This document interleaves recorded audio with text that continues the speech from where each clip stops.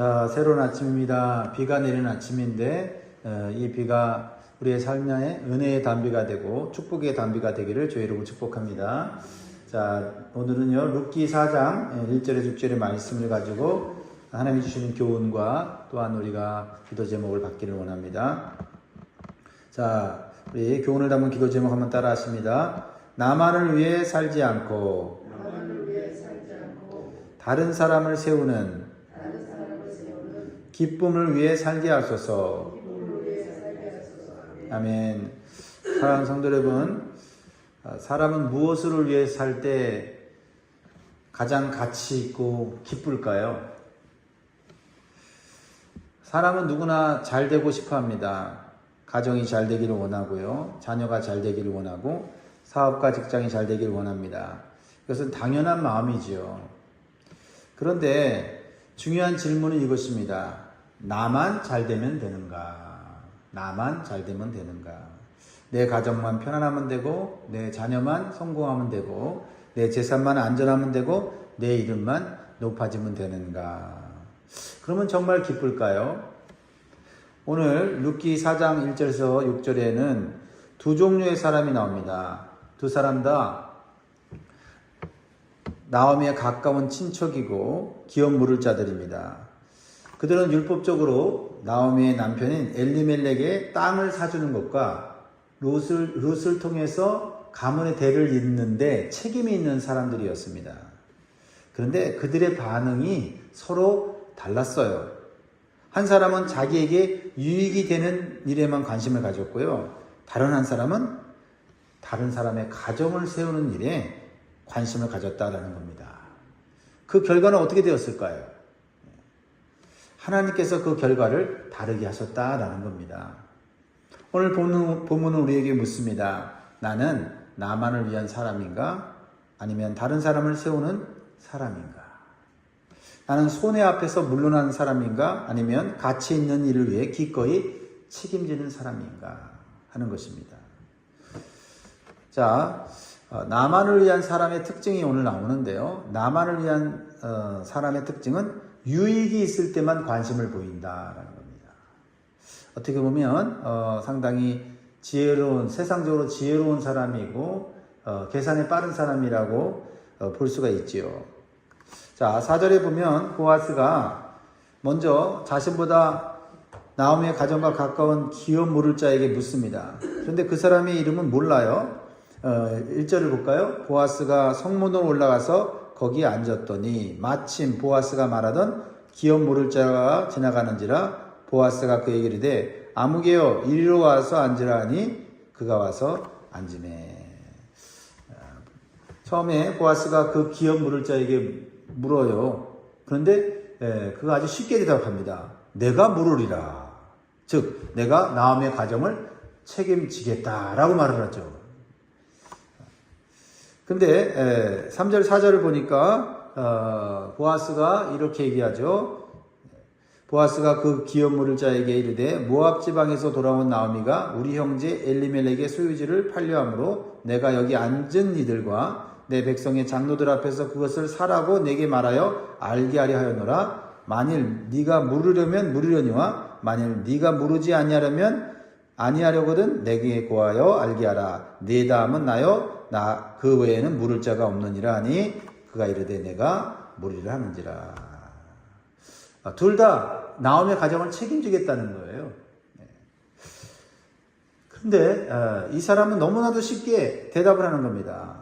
왜 그랬을까요? 먼저 그의 눈에는 이 나오미의 남편인 엘리멜렉의 땅이 먼저 보였을 거예요. 나오미가 팔려고 하는 엘리멜렉의 땅을 사면요 자기 재산이 늘어날 수 있다고 생각했던 것 같습니다. 나오미는요 나이가 많고 남편도 없고 두 아들도 죽었습니다. 그러니 그 땅을 사면 결국 자기 집안의 이익으로 돌아올 것이라고 계산했다라는 것입니다. 어쨌든 땅을 사주겠다고 하는 거 좋은 일 아닙니까? 책임지는 일 아닙니까? 그러나 거기에는 자신의 이익도 포함되어 있는 거지요. 그런데요 5절에서 보면 보아스가 결정적인 조건을 또 하나 얘기를 해요. 자, 이 조건을 얘기했을 때 이 사람이 반응이 달라집니다. 이 사람이 어떤 사람인지를 분명히 알게 되죠. 5절 같이 읽습니다. 시작. 보아스가 이르되 네가 나오미의 손에서 그 밭을 사는 날에 곧 죽은 자의 아내 모압 여인 르색에서 사서 그 죽은 자의 기업을 그의 이름으로 세워야 할지니라 하니. 이 말을 듣는 순간 상황이 달라집니다. 단순히 땅만 사는 것이 아니었습니다. 모압 여인 과부를 책임져야 했습니다. 죽은 자의 이름을 세워야 했습니다. 만약 룻을 통해서 아들이 태어나면 그 아이는 자기 가문의 이름이 아니라 죽은 자의 이름을 잇게 됩니다. 결국 자기가 돈을 들여 땅을 사도 그 기업은 자기 집안의 영원한 재산이 되지 않을 수 있다라는 겁니다. 그러자 그는 한 발 뒤로 물러나면서 6절에서 얘기를 합니다. 아주 어떻게 보면 솔직한 사람이죠. 6절 그 기업 물을 자가 이르되 나는 그 기업에 내 기업에 손해가 있을까요? 나를 위하여 물으지 못하노니 내가 물을 것을 네가 물으라. 나는 물으지 못하겠노라 하는지라. 여러분 여기서 나만을 위한 사람의 특징이 드러나지요. 이런 사람이 사실 한두 명일까요? 자기에게 유익이 될 때는 적극적으로 나서다가 유익이 되지 않으면 한 발 빼는 것. 그것이 이 세상의 모습 아닙니까? 유익이 보일 때는 가까이 가지만 책임이 보일 때는 뒤로 물러나는 거죠. 얻을 것이 있을 때는 모든 것을 할 것처럼 얘기하다가 감당해야 될 희생이 보이면 조용히 빠지는 겁니다.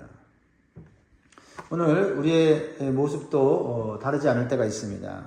교회 안에서 칭찬받는 일, 눈에 띄는 일, 인정받는 일은 하고 싶어 합니다. 그러나 아무도 알아주지 않는 자리, 오래 참고 섬겨야 하는 자리, 손해를 감수해야 하는 자리는 피하고 싶어 합니다. 가정에서도 마찬가지죠. 사랑받고 싶어 합니다. 존중받고 싶어 합니다. 어떻게 보면 당연한 마음이죠. 그러나 가족을 세우기 위해서 내가 먼저 참아야 되고, 내가 먼저 낮아져야 되고, 내가 먼저 책임져야 되는 순간에는 뒤로 물러날 때가 있다라는 겁니다.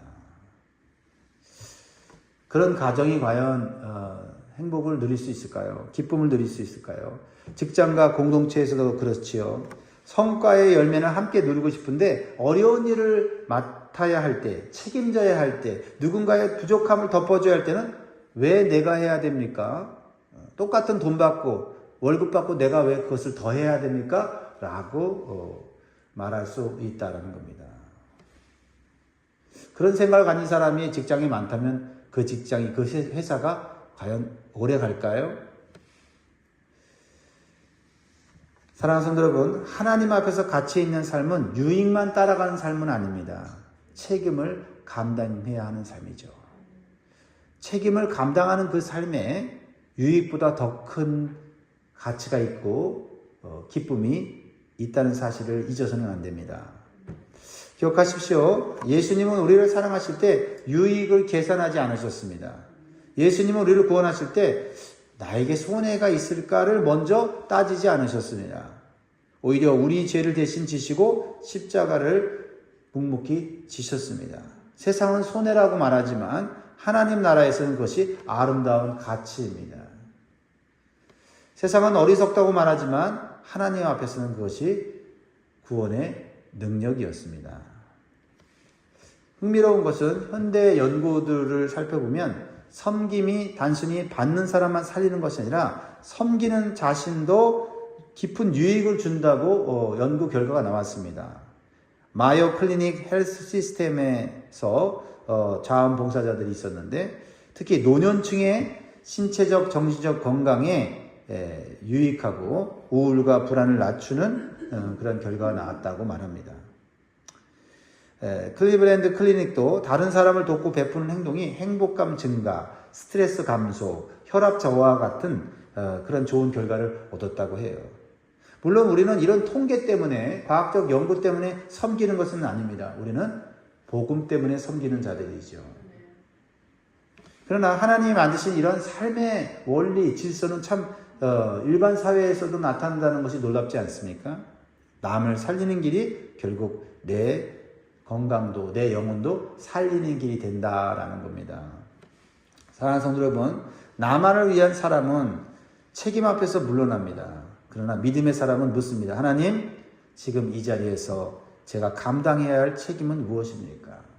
하나님, 제가 조금 손해보더라도 세워야 할 사람은 누구입니까? 저는 가치 있는 일을 하고 싶습니다. 이것이 성숙한 성도의 믿음이고 마음이에요. 이러한 믿음과 마음으로 오늘도 복된 인생이 되시기를 주의 이름으로 축복합니다. 다른 사람을 세우는 가치를 가진 사람은요, 하나님이 기쁨의 삶을 주십니다.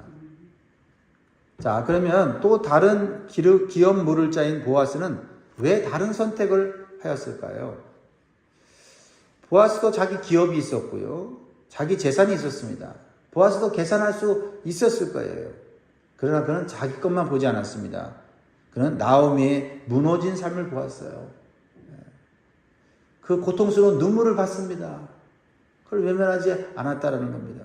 또한 룻의 가여운 모압 여인 룻의 신실한 그 믿음과 헌신을 보았어요.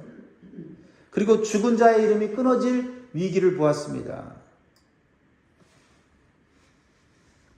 그는 하나님께서 자신에게 주신 물질과 위치와 영향력이 나만 편하게 살라고 주신 것이 아니라 무너진 사람을 세우라고 맡겨주신 것임을 알았다라는 거예요. 이것이 중요한 신앙의 원리입니다. 하나님께 내게 주신 것은 나만을 위한 소유가 아니라 하나님 나라를 위한 청지기적 책임이에요. 이런 생각 자체가 벌써 복의 통로고 하나님의 복을 받는 사람의 모습이다라는 거죠. 내가 가진 돈도 그렇습니다. 시간도 그렇습니다. 건강도 그렇습니다. 내가 가진 지식과 경험도 그렇습니다. 내가 가진 직분과 영향력도 그렇습니다. 나만 높아지라고, 나만 잘되라고, 나만 기쁘라고 주신 것이 아니다라는 겁니다. 누군가를 세우라고 주신 것입니다. 가정을 세우고, 교회를 세우고, 연약한 사람을 세우고, 다음 세대를 세우고, 믿음의 유산을 이어가라고 주신 건 줄 믿습니다. 주신 것을 우리는 올바로 사용해야 하는 것이지요. 하나님은 사람을 이기적으로 살도록 창조하지 않으셨다라는 겁니다. 하나님은 사람을 누구 형상으로 만드셨어요? 하나님의 형상으로 만드셨죠. 하나님은 사랑이시고 주시는 분이시고 살리시는 분이십니다. 그래서 사람도 하나님을 닮아 누군가를 사랑하고 세우고 섬길 때 마음 깊은 곳에서 참된 기쁨을 경험하게 된다는 겁니다. 하나님의 형상으로 만든 인간이 그런 존재다라는 거예요. 우리가 나만을 위해 살면 잠시는 편할 수 있습니다. 그러나 시간이 지나면 마음이 좁아져요. 작은 손해에도 예민해지고요. 다른 사람의 성공이 불편해지고요. 내 몫이 줄어들까 봐 늘 불안합니다. 그러니까 겉은 확장되는 것 같은데 마음은, 행복은, 기쁨은 쪼그라든다라는 겁니다. 반대로 남을 세우는 사람은 손해가 전혀 없는 삶을 사는 것이 아니지요. 분명히 수고가 있습니다. 시간이 듭니다. 마음을 써야 합니다. 때로는 억울한 일을 당할 때도 있습니다. 그러나 그 안에는 돈으로 살 수 없는 엄청난 기쁨이 있다라는 겁니다. 여러분, 자녀가 믿음 안에서 세워지는 것을 볼 때 부모에게 기쁨이 있죠. 낙심한 성도가 다시 예배의 자리로 돌아오는 것을 볼 때 목회자와 성도에게 기쁨이 있지 않습니까? 이런 기쁨 어떻게 누립니까? 나만을 위해 사는 사람에게는 없어요. 남을 세우고자 하는 하나님의 성품, 그 성품의 기쁨이 따라온다라는 겁니다. 그렇습니다. 내가 도운 사람이 일어나고 내가 격려한 사람이 소망을 얻고 내가 섬긴 공동체가 조금씩 살아나는 걸 볼 때 그 기쁨은 세상의 이익과는 비교할 수 없습니다. 그것을 경험할 수 있기를 원합니다. 그것을 소망할 수 있기를 원합니다.